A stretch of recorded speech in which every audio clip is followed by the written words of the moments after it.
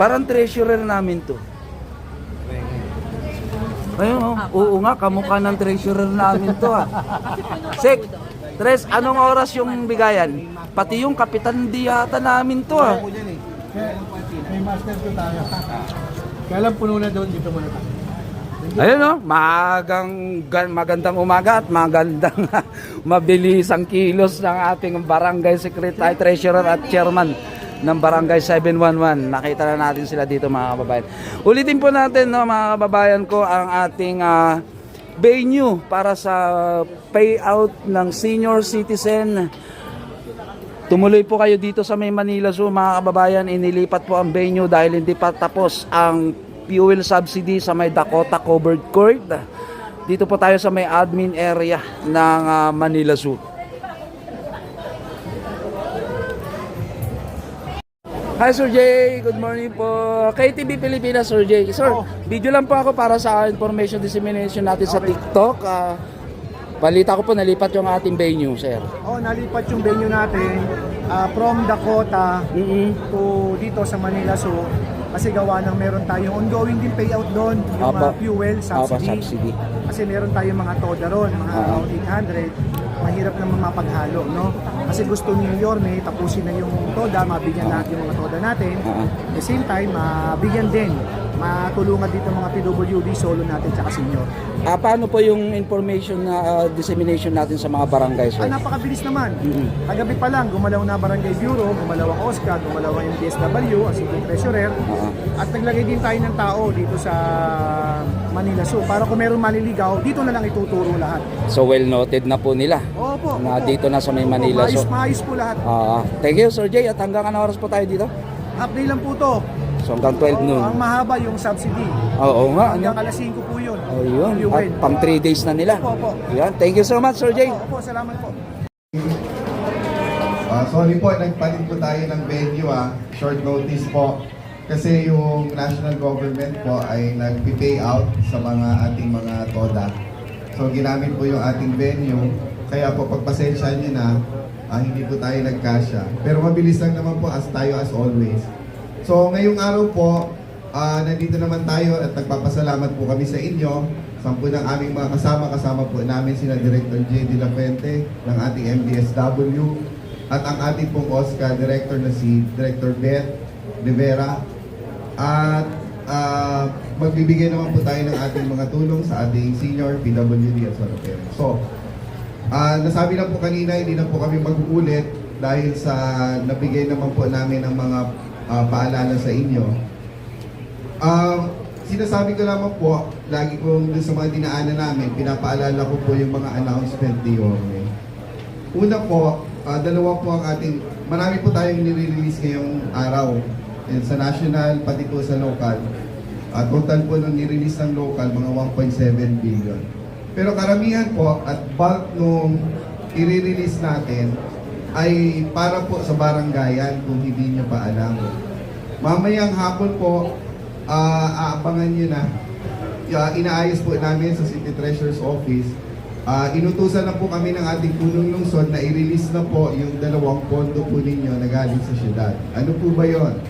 Una, yung share nyo po sa business permit, yung ating permit fee. Makukuha nyo rin po yun mamayang hapon. Pag siguro bago po magtapos ang hapon, may bibigay namin sa mga bangko at nasa bangko nyo na. Ang pinakamalaki po na makukuha ninyo, nakita ko po sa listahan, yun pong share ninyo sa RPT for 2026.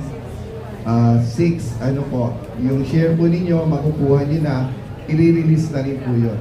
Isa lang po ang bilin ng ating punong lungsod. Kung kayo po ay nakinig doon po sa ating flag ceremony. Ang ano po niya, ang bilin niya na sa inyong mga barangay, na tulad po ng City of Manila ng ating LGU, ang barangayan po, inuutusan niya at pinapakiusapan niya na gastusin niyo din po ito para sa umikot din po yung pera sa inyong barangay. Kung ano po ang inyong proyekto, gawin niyo na po ngayon. Kung ano po yung kailangan gastusan, ayusin niyo na. Nang sa ganun po ay makatulong po tayo sa sinasabi ni Yorme to pump prime our local economy and at the same time magkaroon po ng velocity yung ating pera at umikot ng umikot. Nang sa ganun ay, ang ginagawa po natin is to cushion the impact ng ating po pagtataas ng langis dahil sa gera sa gitnang silangan. So, kami po ay nakikiusap, sabi po ni Yorme, na mamaya po pag nakuha nyo, hopefully po bukas at sa mga darating na araw, pwede nyo na po yung gastusin. At para po ngayong araw, nandito po tayo, so magbibigay tayo ulit ng parang tumingay, masaya po ba kayo? Gastusin po ninyo, sabi ni Yorme.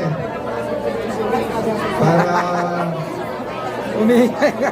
Mukhang nalabuhan ayun, sila. paano po gagastusin, hindi ko po alam. Alam niyo na po yun eh. Di ba po may budget naman po kayo? Base po doon sa inaprubahan ng budget, doon niyo po siyempre pwedeng gastusin yung pera niyo kasi kasama yun sa budget niyo for this year. Anyway, hindi na po ako magpapakahaba. Gusto ko lamang po ulit na i-emphasize sa inyo na di ba meron pa tayo dito ng mga hindi na liquidate? Opo. May listahan pa tayo. Ayun. Medyo marami pa po sa District 5 ang hindi nakaliquidate. Minsan po, ang nakakalimutan lang nila na pupunta po sa aming opisina after po kayo mag-liquidate sa MDSW at papunta po sa cash division, di ba po? Pero huwag po kayong mag-alala. Ang ginawa po natin at ginawa na natin itong mga nakaraan po sa District 1 hanggang sa District 4, kung magagawa niyo po today, then yung liquidation, i-release din po namin yung inyong pondo. Pero of course, pag hindi niyo po nagawa, hindi rin namin i-release. Kukunin niyo na lang po sa amin. Okay? Malinaw po ba? So bali, meron po kami ang daming barangay. 28 na barangay dito sa inyo.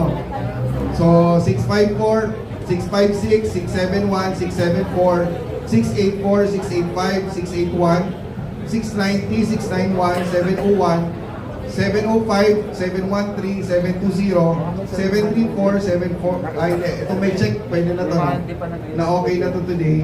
So 788, 789, 820, 823, 824, 63, 6638. So, kung sakali po na kayo yung natawag ko, huwag po kayong mag-alala. Pagdating nyo naman po sa amin, sasabihin po sa inyo na may kailangan kayong ayusin. Pero ginawa po natin ang paraan kasi nga po ang gusto ng punulungsod natin na may pamigay po talaga yung pera, ibibigay po namin sa inyo, ayusin nyo lang po yung inyong mga liquidation. Okay po ba? So, thank you very much po. Yun lang. Mabuhay po kayo. Magandang umaga po sa inyo. Sir Paul Vega, mga kababayan ng ating Manila City Treasurer. Siya pa yung nagsalita. Ang Director po ng Manila Department of Social Welfare. Ito na po, Sir Jay, mga Director J. De La kababayan. Fuente. Sir Jay De La Puente. Magandang umaga po sa inyo lahat. Good morning! Morning, Sir Jay. Morning. Una po, katulad po na sinabi ni Boss Paul, ni Atty. Paul, nagpapasalamat kami sa inyo, lahat kayo naririto. Malaking bagay po ang tulong niyo sa amin sa pagbababa ng PWD tsaka solo parent allowance. Salamat po sa inyo mga chairman. Ngayon, sususugan ko po yung kanina. Muli po, humingi kami sa inyo ng paumanhin kasi mula sa Dakota, nalipat po tayo dito. Meron po kasi kaming ongoing ngayon. Kami po ang MDSW tsaka ang MTPB na fuel subsidy sa mga TODA.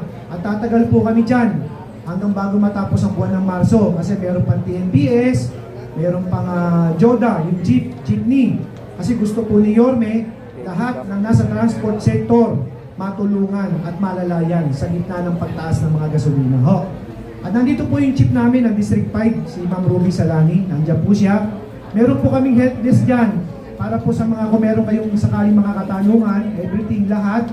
Yun lang po, kami naman tutulong sa inyo. Kung meron kayong gustong itanong pagdating sa liquidation, kaya nandito na rin po yung happy namin ng 5th District para matulungan kayo. Yun lang po. Tsaka makisuyo na po ako ha. Doon po sa mga social worker natin na kilala niyo po.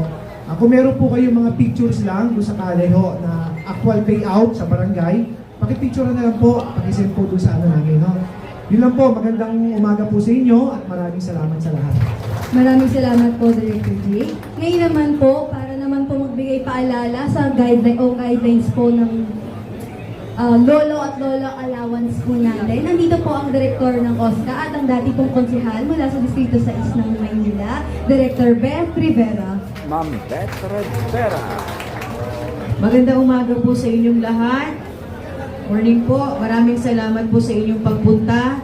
Kami po ay lubos na we are very grateful. Kami po ay lubos na nagpapasalamat sa inyo dahil alam po namin na kayo ang aming katuwang sa pagbibigay po nitong ganitong klase ng ayuda, benepisyo para sa ating pong mga lolo at lola. Lalo na po sila dahil sila po yung nakakaramdam ng hirap na dinaranas natin ngayong panahon na ito ng krisis. At tamang-tama naman po ang timing bago po tayo mag Holy Week break, di ba? Meron ng panggastos yung mga lolo at lola natin.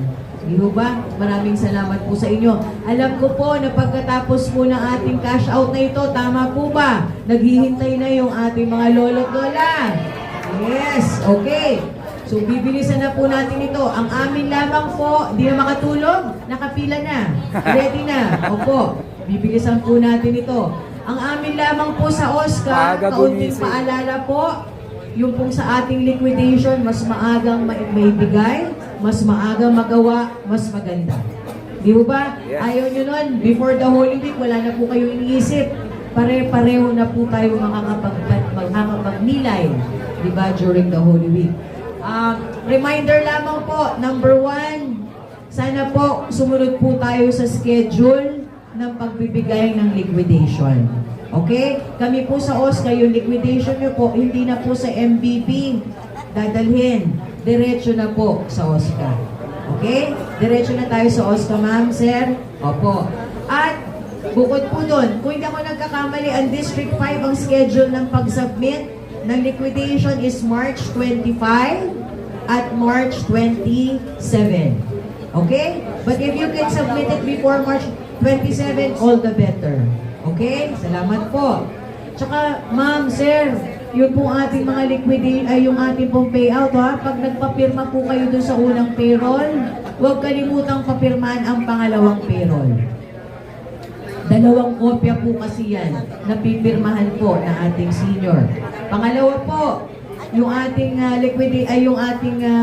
liquidation muli. Huwag naman po sanang namumulaklak ng tag mark. Kung kaya naman pong pumirma pa ng senior, papirmahin po natin please. Imbis po na puro thumb mark ang makikita natin. Medyo na-question po tayo doon. Okay?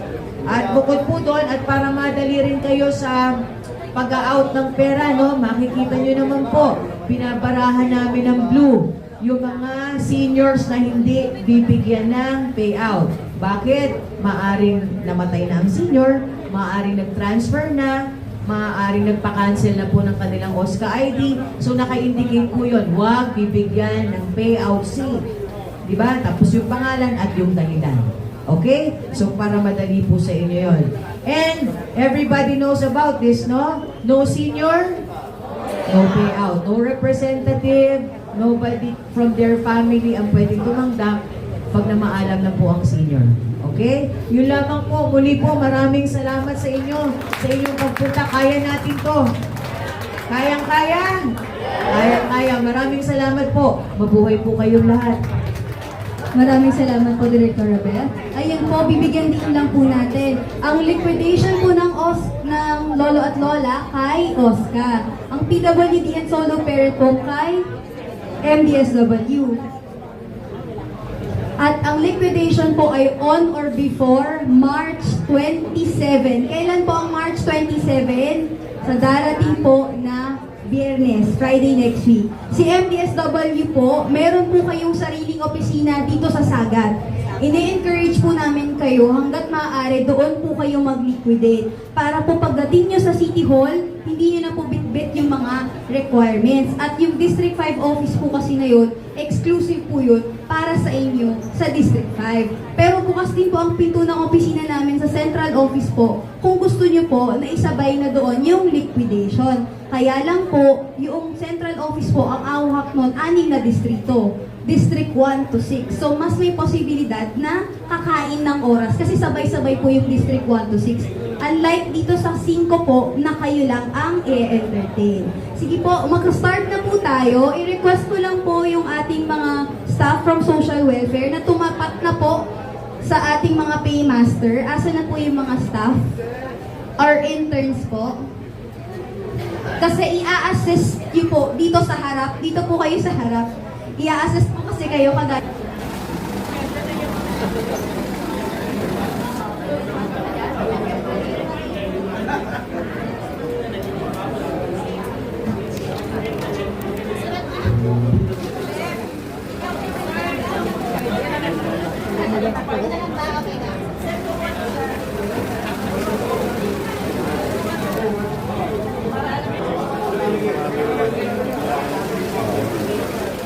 Nasa counter na siya. Counting na siya.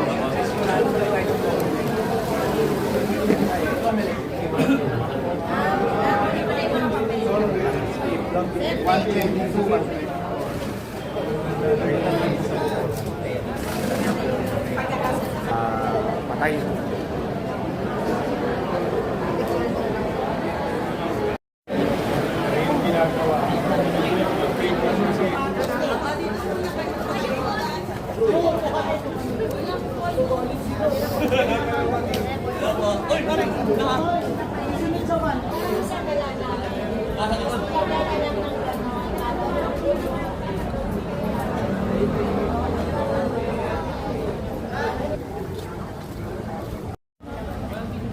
Hi ma'am! Good morning!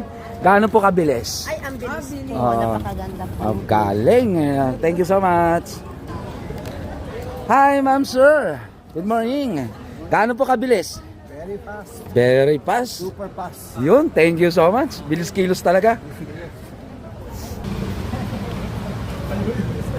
Sir, ilang minuto?